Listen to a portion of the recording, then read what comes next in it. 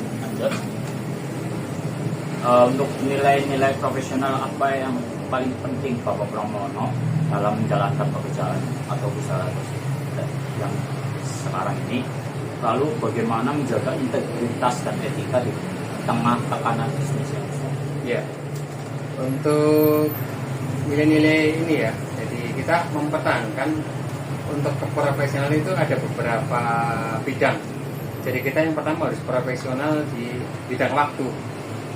Kita selalu mengutamakan kecepatan waktu untuk pelayanan. Jadi konsumen itu kita banyak di pelayanan. Ada puskesmas, ada kepolisian, ada rumah sakit, itu mereka di bidang pelayanan yang memerlukan waktu yang cepat untuk pelayanan. Jadi ketika mereka ada kerusakan, kita standby maksimal kita 1 jam itu udah harus sampai di lokasi, dan itu harus kita jaga.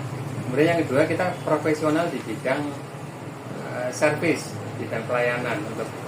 Untuk pengerjaan servis itu kita utamakan dari kualitasnya, komponennya harus yang terbaik untuk dipasangkan di komputer ataupun printer sehingga nanti hasilnya juga akan awet, dan itu yang harus kita lakukan. Kemudian untuk integritas, kita menanamkan untuk sama sekali tidak menerima untuk kerjasama di bidang yang tidak profesional, untuk perorangan mungkin yang kita tidak jelas maksudnya untuk apa, tujuannya untuk apa, dan kadang ada yang menawarkan untuk jual beli umpamanya laptop second, itu kita juga tidak menerima karena kita mengutamakan kualitas. Jadi kita takut untuk masuk ke hal-hal yang kita tidak menguasai, kita tidak tahu untuk sejarahnya ataupun barang-barang yang second itu, ya kita nanti bisa malah menodai hal yang sudah kita bangun dari awal.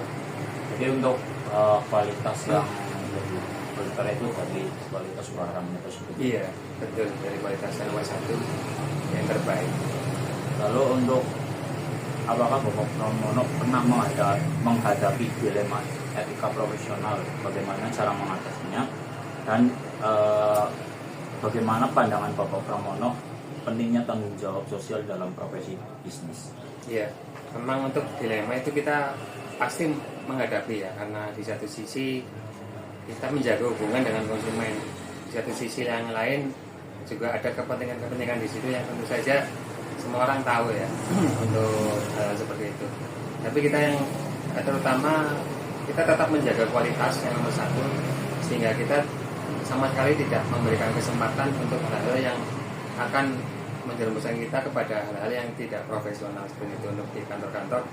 Kemudian yang kedua tadi masalah tanggung jawab sosial. Tanggung jawab sosial, betul. Tanggung jawab sosial kita harus bisa mengedepankan ya. Kalau tanggung jawab sosial itu kita pasti akan dipertanggungjawabkan semua pekerjaan kita, termasuk servis-servis kita itu akan ada audit. Jadi walaupun mungkin kita bisa saja untuk memakai komponen yang murah untuk membesarkan margin keuntungan, tapi kita tidak mengambil opsi itu karena kita tahu, karena kita punya tanggung jawab sosial di akhir pekerjaan, yang tentu saja hal itu akan mempengaruhi nama baik kita untuk konsumen, karena hal baik itu tentu saja nanti akan lebih cepat beredar, dan hal buruk juga lebih cepat beredar juga. Makanya kita mengambil opsi tetap menjaga kualitas daripada untuk keuntungan yang besar tapi tidak berkualitas. Lalu untuk generasi muda agar tetap profesional di dunia kerja yang semakin kompetitif, untuk pesan dari Bapak Pramono? Iya, betul. Untuk adik-adik saya yang saat ini masih menempuh bidang pendidikan, yang tentunya nanti akan masuk ke dunia kerja, itu dari awal sudah harus menekankan ya di dalam jiwa, yaitu kedisiplinan, disiplin dan kejujuran. Hal itu yang harus dipegang di semua bidang kita, termasuk adik-adik kita yang akan masuk di dunia kerja.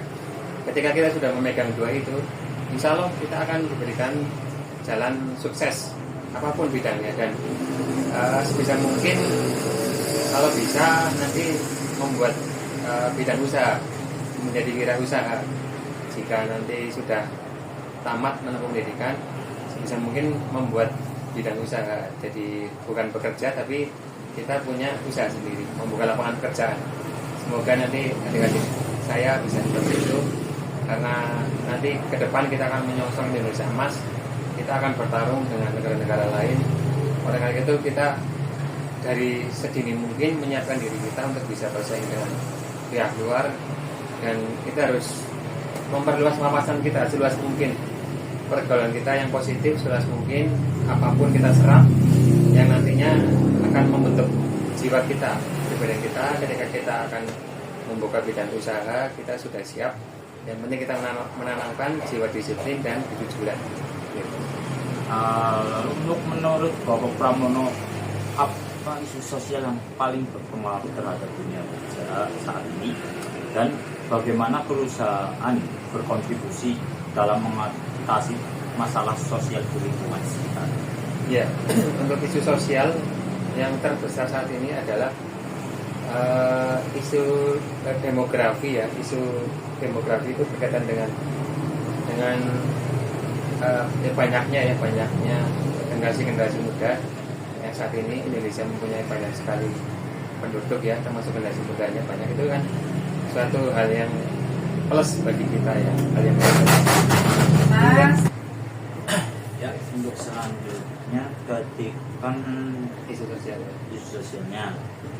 Lalu sejauh mana praktik profesional yang baik dapat membantu menciptakan perubahan yang Praktek sosial ya. ya, praktik sosialnya.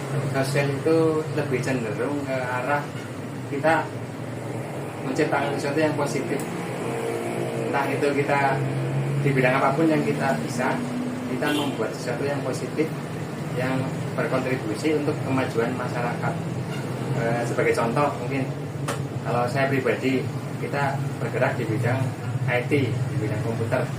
Itu kita membuat terobosan-terobosan yang bisa membuat hal positif bagi kemajuan masyarakat gitu. Umpamanya kita ingin mengadakan kursus gratis gitu di desa, di RT.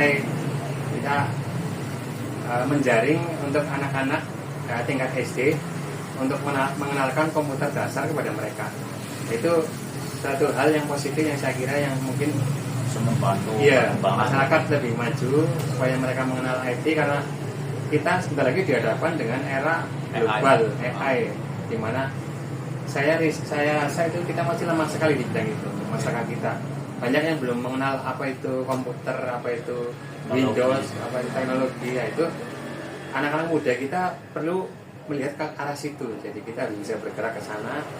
Untuk praktek sosialnya kita harus menggait, menjaring sebanyak mungkin masyarakat untuk bisa kita berikan pengetahuan tentang komputer dan teknologi.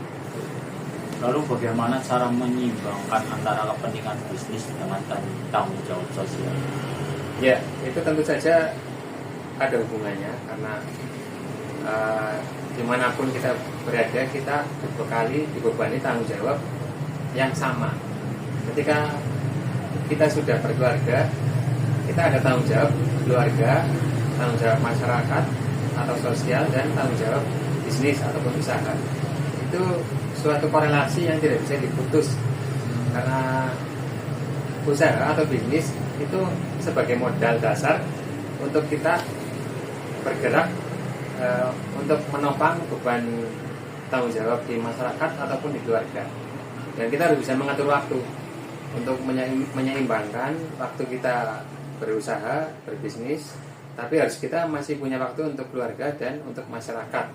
Dan tentu saja itu kembali kepada kita masing-masing, karena tidak semua orang bisa untuk menyeimbangkan siklus hidup kita, di mana kita ada beban tersebut, beban tanggung jawab keluarga, sosial, dan bisnis. Dan itu kembali ke kita masing-masing. Tapi itu semua berhubungan. Selanjutnya ini yang terakhir, apa pandangan Bapak Pramono tentang peran profesional muda dalam membangun masyarakat yang lebih adil dan berkelanjutan? Nah, itu saya rasa tadi berhubungan dengan pertanyaannya sebelumnya, karena otomatis kedepannya kita dibekali dengan demografi yang luar biasa bagus ya, yang dibandingkan dengan negara lain. Indonesia mempunyai bonus demografi, namanya bonus ya. Bonus berarti kita diberikan surplus, diberikan kelebihan karena jumlah masyarakat yang berusia muda dan produktif umur 11 sampai 45 tahun itu kita berlimpah, dan itu kita harus bisa memanfaatkan bonus itu untuk bisa maksimal, untuk bisa memajukan masyarakat dan negara kita. Dan itu kita punya potensi yang sangat besar jika kita mau. Dan itu tadi kembali ke kita masing-masing, bagaimana pemuda kita, bagaimana generasi muda kita bisa melihat ke arah itu, bisa melihat bagaimana berbuat sebaik mungkin, seefektif mungkin agar supaya bisa membangun masyarakat kita. Dimulai dari lingkup paling kecil di RT. Itu bagaimana anak-anak muda di RT itu berbuat, membuat satu program yang positif agar supaya masyarakat maju. Itu sangat banyak sekali jika mau. Tapi untuk saat ini saya lihat kita belum ke arah situ. Jadi semoga nanti ke depannya remaja kita, kaum muda kita bisa mengerti hal tersebut, bahwa itu penting. Kalau tidak, kita akan tergilas oleh kemajuan zaman ya. Negara-negara lain sudah ke arah situ, bahkan mereka menteri-menterinya kaum muda semua.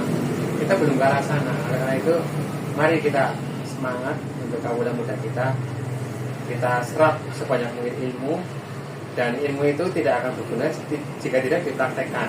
Nah, itu harus kita seimbangkan antara ilmu yang kita serap dengan praktek nyata di masyarakat.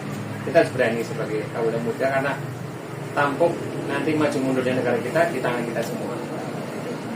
Ya, terima kasih atas waktunya Bapak Pramono untuk wawancara kali ini. Ya, kali ini saya ucapkan terima kasih sebesar-besarnya atas waktunya dan mengganggu atas waktunya juga. Tidak, terima kasih juga kepada Mas Aji. Semoga sukses pendidikannya, dan nanti ketika sudah masuk dunia kerja nanti semakin sukses dan Amin. bisa memajukan masyarakat. Amin. Terima kasih. Assalamualaikum warahmatullahi wabarakatuh.